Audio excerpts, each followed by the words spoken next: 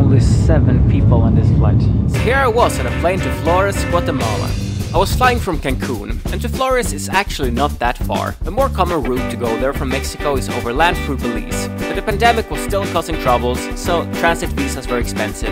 And to be honest, I was quite short on time. See those lights, by the way? That was my destination. 30 seconds later we landed, and I was now in Guatemala. So I am in Guatemala. Immigration went smooth. And it seems like we're gonna take a shared taxi. Or this is the only taxi. So far so good. I hate arriving at new places in the middle of the night though. Oh. And after a short taxi ride, I was finally at my hostel, and I sat down with a beer on the terrace with a nice view over the lake. The next morning the view was even better, because then I could actually see something, and it was time for me to head out. It's a pretty little island, I would say. Now I just need some breakfast and a SIM card and I'm good to go. I managed to get a SIM card thanks to my basic gringo Spanish, and then I explored my little island, which is called Petén, by the way. But after not too long, I was soaked in sweat, because it was 40 degrees Celsius and around 100% humidity. Good thing I was next to a lake. I then chilled out by the water most of the day, since that was my best option to stay cool in this tropical heat. And honestly, there wasn't much else going on either. So the evening fell over Petén with a beautiful sunset. After a long day of doing nothing, at the sea, at a lake, it's nothing better than to have some nice fish directly from the lake. And man, that was a crazy good dinner with a crazy good sunset spot. But now it's bedtime, because I had to get up early. And with early, I really mean early. Now, you see, while the lake is beautiful and all, it's not the reason why people go to Flores or Petén. Deep into jungles, not too far from here, are some of the most important Maya sites, most notably Tikal, often called the Mayan capital, and I had bought a sunrise tour of it. Unfortunately, the person I had bought it from had left out some very vital information.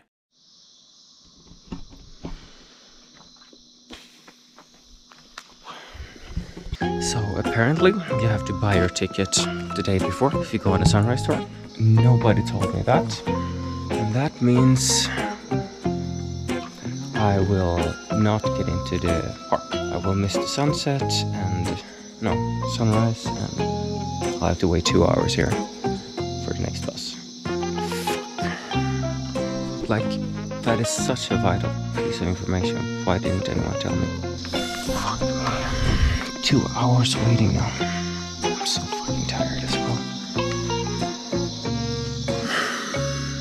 Yeah, so there I was, all alone in the Guatemalan jungle, waiting for the sun to rise.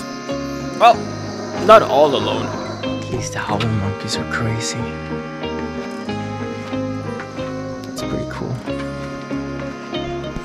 But morning eventually came, and the company had arranged for me to be picked up by the early bird tour. And yeah, after waiting all night, I could not wait to start exploring. Unlike the ruins in Mexico, the ones in Guatemala were COVID safe and you were allowed to climb them. And man, the ruins of Tikal were simply amazing. I'd visited quite a few Mayan ruins in Mexico, but Tikal was definitely my favorite. And I promise, it was not only because I was allowed to climb stuff, even though it absolutely did not hurt.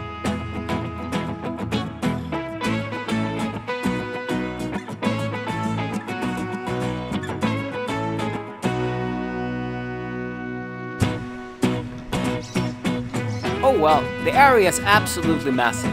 We spent quite a lot of time walking through the jungle to get to the next complex.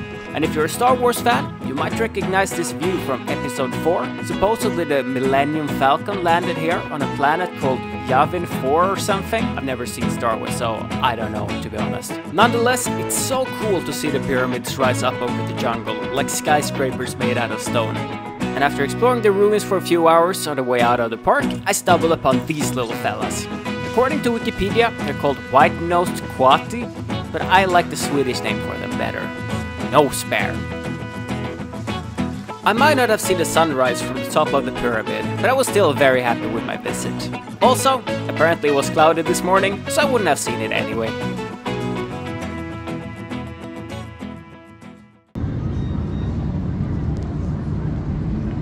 Nothing better after an extremely long day. Just chill out in front of the sunset. Yeah, it had been a long day, but I was still in a good, almost poetic mood. It's in moments like this I remember why I travel. Like, it's kind of surreal to be here. Sometimes it feels like it's just a movie. Sitting here at this lake in Guatemala watching a beautiful sunset. It's cool. Yeah, what can I say? The sunsets here were magical for sure. I had a small not too tasty dinner, but then it was time to head back home again, because the next morning was also gonna be relatively early, and I really needed some sleep.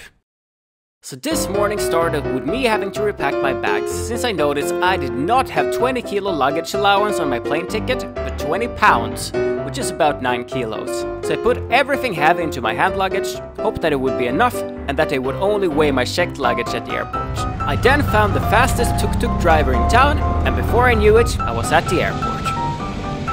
My checked luggage was exactly 20 pounds, so I was lucky. I also got the seat with the most leg space on the plane. Unfortunately, my backpack did not fit in the overhead compartment, and I had no seat in front of me to put it under. So I simply hid my oversized backpack under my hoodie during takeoff. This whole ordeal saved me like 20 euros in extra luggage fees, and made the flight a lot more uncomfortable. But hey, at least I beat the system. 2 hours later, we landed in Guatemala City, this notoriously dangerous town that I had no time to visit. And after getting a crazy quote on how much a bus ticket from the airport to Antigua would cost, I found 3 other people the bus company also tried to scam, and we shared an Uber for a fraction of the cost. Phew, that was quite a morning. But I was now in Antigua, my second stop on this small Guatemala adventure. So I am now in Antigua. Cool. I am really happy I found 3 other people to share my Uber with, because at the airport they wanted me to pay 12 US to get to the airport. An Uber would be 200 quetzal divided by 4, so it's like 50 per person. A lot better. Oh well, as always when I arrive in a new town, I went out to have a first look.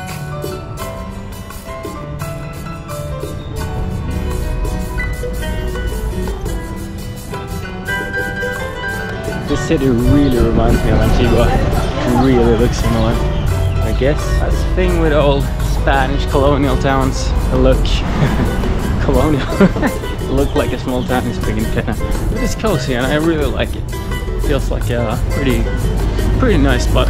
Pretty nice town to hang out.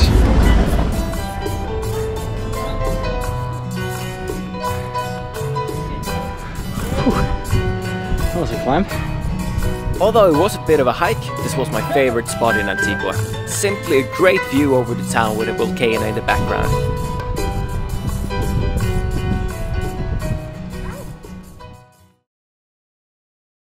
Although Guatemala is not a big cocoa exporter nowadays, cocoa has been grown here for thousands of years, and it's sometimes even said to be the birthplace of chocolate. And on my little walk for Antigua, I stumbled upon a chocolate museum, so I decided to take a chocolate making course. Okay, so to make chocolate you need fermented cocoa beans, roasted cocoa beans,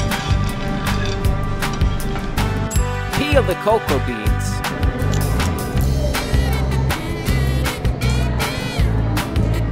crush the cocoa beans by hand into a paste. Okay. This is the traditional way to make cocoa chocolate. So now, use the paste inside the bowl, please.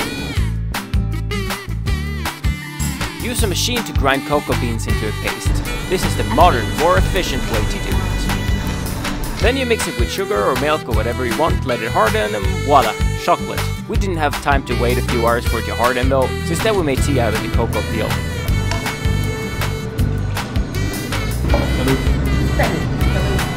Salud. It's pretty nice actually. And a spicy one with pepper and stuff. We say Matthias. Matios Shawe. This word means thank you very much. Science language. Matios Shawe. Take it slowly. surprisingly good, I would say. And finally a Spanish version with milk and spices. Reyes y reinas. Reyes y reinas. Honor. Honor. Honor. Honor. Valentía. Valentía. Valentía. Valentía. Queens. Honor. And Valentía. This one is nice. Very Christmassy. Tastes like Christmas. Yes. That was a pretty good way to spend an afternoon.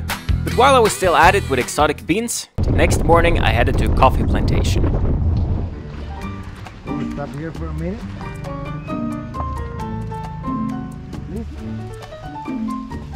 Okay guys, when coffee comes here, coffee waits 3 years before it starts producing the first harvest. So go ahead and pick you one. The way you harvest coffee is you have twist and then pull. Pull it and then, okay, you do it. Okay, perfect. So, okay, here, Hannah, the way to pick coffee is exactly how you did it. Because by doing that, you're saving next year's harvest. See that stem? Okay. So if him and I do that, Yeah. 3 strikes and we're out. Yeah, that little green thing has to stay on the plant. Guess I won't become a coffee picker. It's sweet. If you ever tasted Kahlua rum, since you've been to Mexico, Kahlua? it's made of the skin of coffee. Really? So when you swallow that skin, what you have is 2 coffee beans, okay? You can spit them out. if They you make want. Kahlua with the skin of coffee beans? You can eat them if you want to. Yeah, this coffee beans is Kahlua. Bitter. Yeah, it is. It's like stale. But if you only chew the skin, it's sweet. Yeah. I was lucky. The harvest season was just over, but there were still a few remaining beans on the plants, and the last beans were still outside to dry. And as a coffee lover from a country with one of the highest coffee consumption per capita, I was very happy with this tour. Back in town again, it was now lunchtime. First time eating Guatemala. Yeah. I'm not sure what this dish is called, but it's chicken in sauce with rice and tortillas. Such nice. Way too much coriander though. I gotta admit, not the tastiest food I've ever had, but it was cheap and quite filling. Many hours later.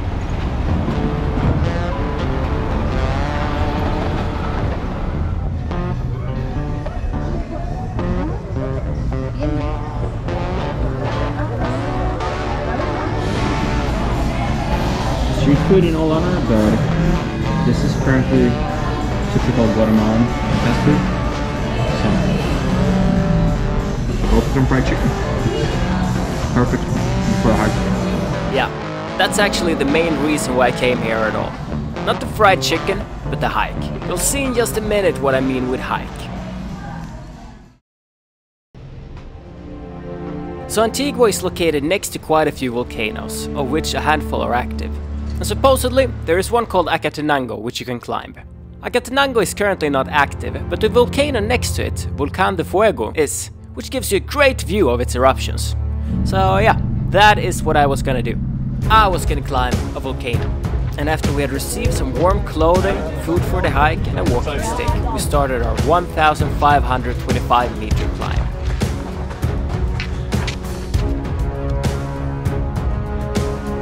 I don't know why, but I had my camera in my pocket and it constantly started to record by itself all the time.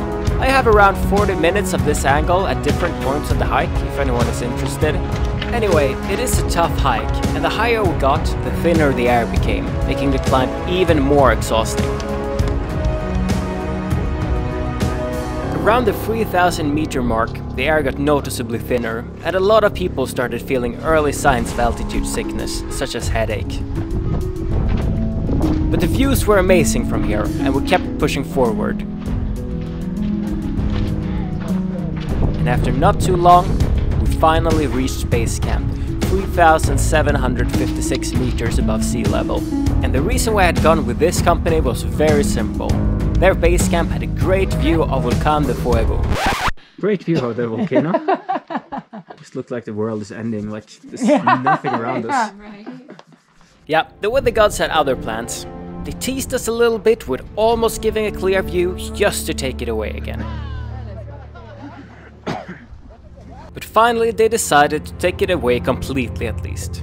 And with the sun gone, it quickly got really cold. At least we had some warm food next to the fire.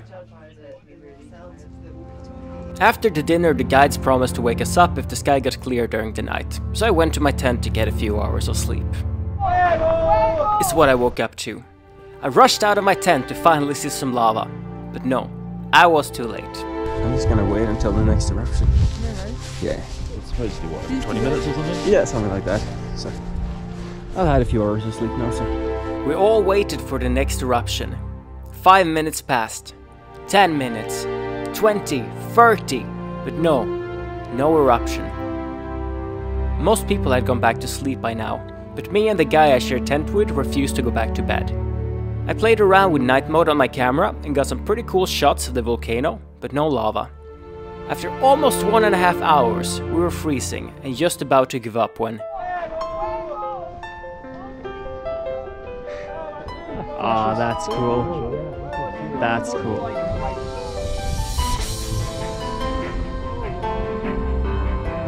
I didn't manage to capture the actual eruption on camera, but still, it's lava. The guy I shared tent with managed to get some pretty cool pictures of it though. Extremely happy I went back to sleep for a few more hours, before it was time to climb to the summit to catch the sunrise. We saw another big eruption on the way up, giving some motivation to our tired bodies.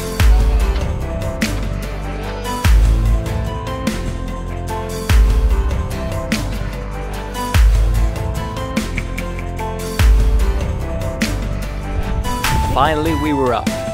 I've seen some amazing sunrises in my life, but this one was something else. Almost 4,000 meters above sea level, above the clouds, next to a volcano. Made it.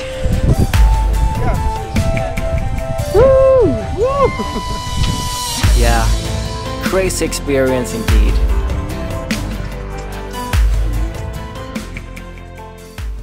Back down again, I spent my last days recovering. I tried some Guatemalan street food, some were good, but this thing almost made me throw up. Some type of fried banana filled with black bean paste? Yuck. Not too impressed with the Guatemalan cuisine, I decided to go for something else instead. This is no joke the fanciest McDonald's I've ever been to.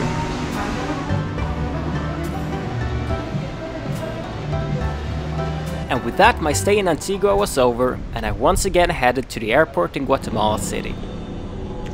It's fucking eerie. It's nobody here. The whole airport is abandoned. My flight is not on any tables, but I managed to check in, so I guess there is a flight. I don't know, man. It's so weird that that it's completely empty. There's literally nothing going on here. My flight is not on the departure screen. It's like I'm on a secret flight. But it's supposed to leave from here. So I guess it will. I hope so. And yes, it did. Economy Plus for free.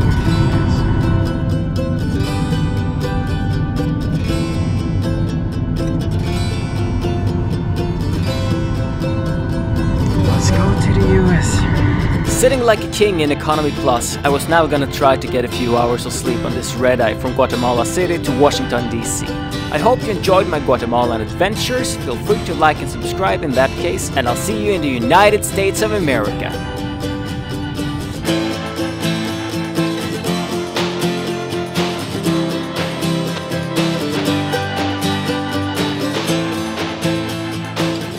Around 30 meters around. Oh. Yeah.